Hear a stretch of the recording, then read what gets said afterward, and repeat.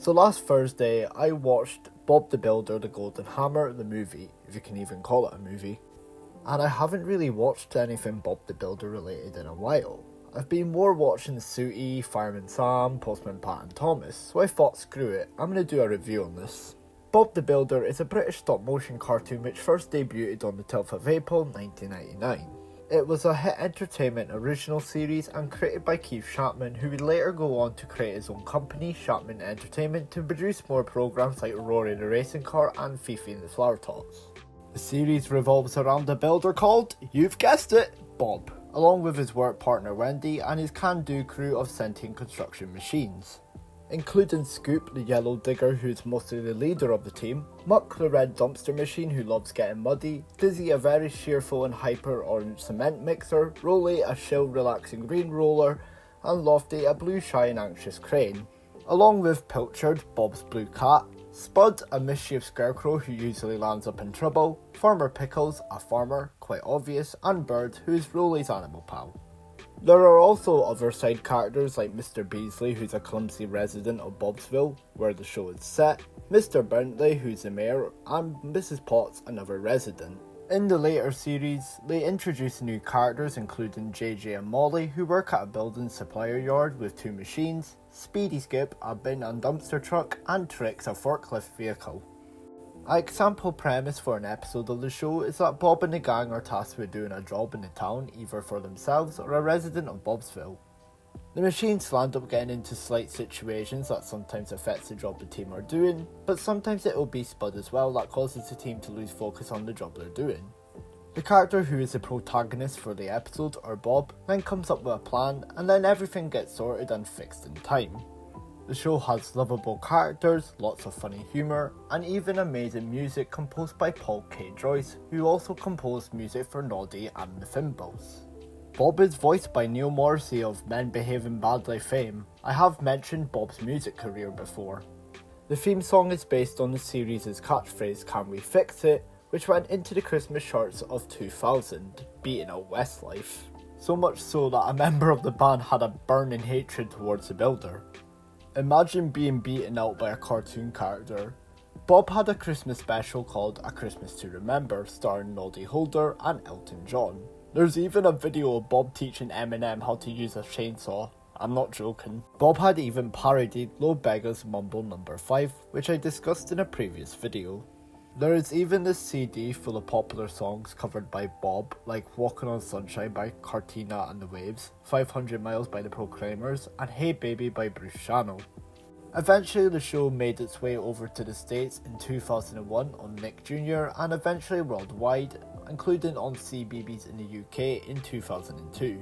Then in 2005, a spin-off series was made called Project Build It, where the show's location is now set in Sunflower Valley, next to a big city, and the old town Bobsville still appears in the show when they need to go back to get construction stuff. The show continues off from where the original series was and now aims towards Bob and the gang helping out making a big city in Sunflower Valley. They have a new catchphrase, reduce, reuse, recycle, but they still use the "Can we fix it" one as their main quote. Spud and other side characters also join them as Spud actually starts sometimes taking part in activities in Sunflower Valley. New characters were introduced like Packer, a heavy load truck, Scrambler, a squad bike, Benny, a flexible crane machine, Sumsy, a forklift machine, which means Trixie unfortunately died, Tumbler, a cement mixer truck, Flex, a crane machine, Bristol, a sweeper machine, and Dodger, a pickup truck.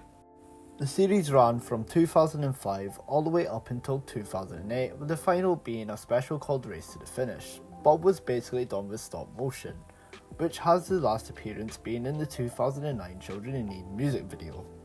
After a while, in 2010, a third revival of the Bob the Builder franchise would be brought back, but this time in CGI animation, just like Thomas and Sam turned CGI after the 2010s had started.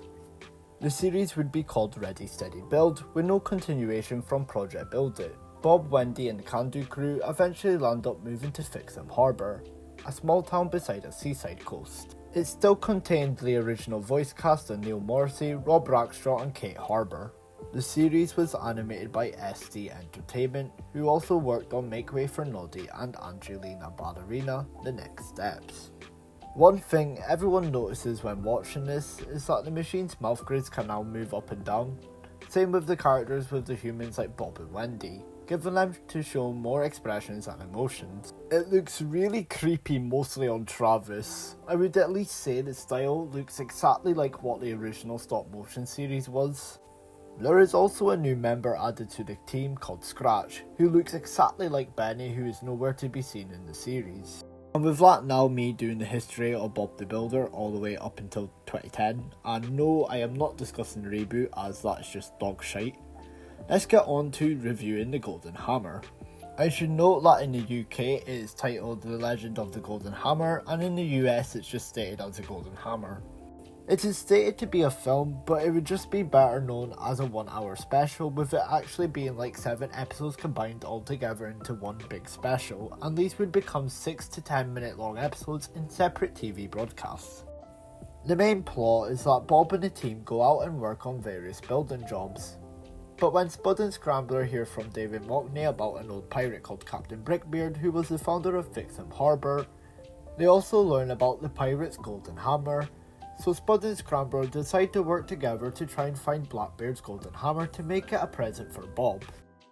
Throughout the film, they find these hidden treasure chests, with the clues inside leading closer and closer to them finding the Golden Hammer. Whilst the can-do crew do their daily jobs around Fixham, the clues are close to the places where Bob and the team are working. After Spud and Scrambler find the clues, there is these in-between parts where Captain Brickbeard himself discusses the progress of Spud and Scrambler and how close they are to finding the Golden Hammer. Scrambler and the clue. Scrambler and Spud find out all about Brickbeard and the history of the Golden Hammer, whilst Bob and the team work on Fixham's museum roof, which is damaged. And when they find the first clue being a photo of the teddy bear, they set out on a hunt to try and find the Golden Hammer. Lofty and the teddy bear rescue. Lofty sees a box of teddy bears and decides to move them out of the way during the team rebuilding the windows for Miss Tully's toy shop.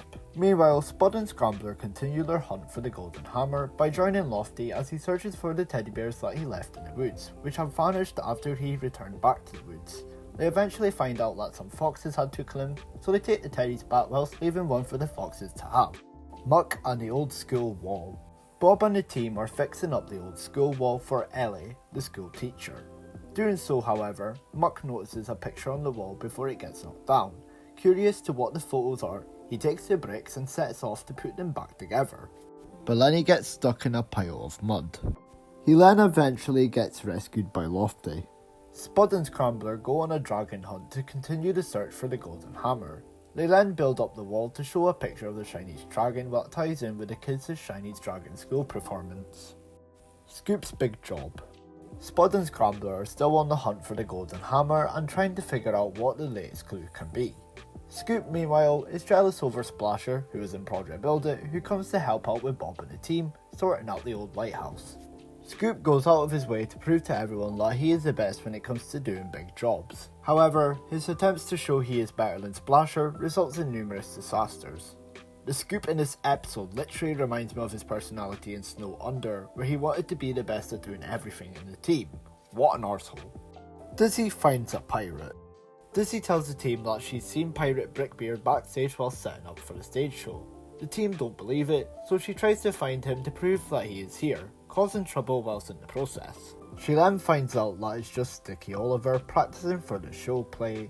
She then encourages him not to give up on acting due to him having struggling, but he manages to pull off the play in the end, and so everything is fine.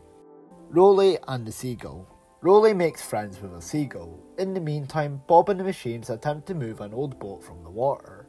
The seagull is displeased and vanishes on the boat. A boat is the last hint Spud and Scrambler need to find the Golden Hammer, but they cannot tell which boat it is. The old boat Bob and the team are fixing turns out to belong to Brickbeard. The seagull is unhappy because her nest is on the boat, and underneath it is the box with the Golden Hammer inside. Finally putting Spud and Scrambler's search to an end, they finally give the hammer to Bob. And that's the final episode and the end to the special. The animation is decent for this. I do like that it does look very similar to the stop motion series, but like I said before, the mouth grids on the machines being able to move around just looks really out of place. The storyline is alright, not too impressive. I do like that each episode focuses, besides Scratch and Spud's hunt for the hammer, that the main crew like Scoop, Muck, Dizzy, Lofty and Rolly all get their own time to shine. The one thing that puts it down for me though is that once Bob gets gifted the golden hammer, nothing special really happens. All he does is hold it up and then the special immediately ends. The golden hammer never gets shown again after this special, like in any other future episode of Ready Steady Build. I would admit as well, that I get it does help along the plotline for the story. I wasn't really too keen on the in-between bits with Brickbeard, they just kind of felt bland to me. Would I recommend this special to you? I would say most likely that you'd find a more amusement out of A Christmas to Remember or The Knights of Camelot. Ready Steady Build is an alright series of the show, it's personally in the middle for me though, and nothing can beat the original Bob the Builder. There's even another special called The Big Dino Dig, and I have yet to wonder what that'll be like. Overall, I give this special a 6 out of 10. It ain't bad, it ain't great, but it's an alright thing to watch.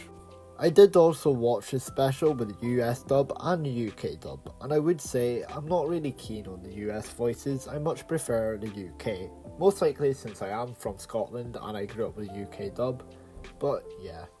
Thank you for watching this video, I hope you enjoyed it and I'll see you next time, bye bye.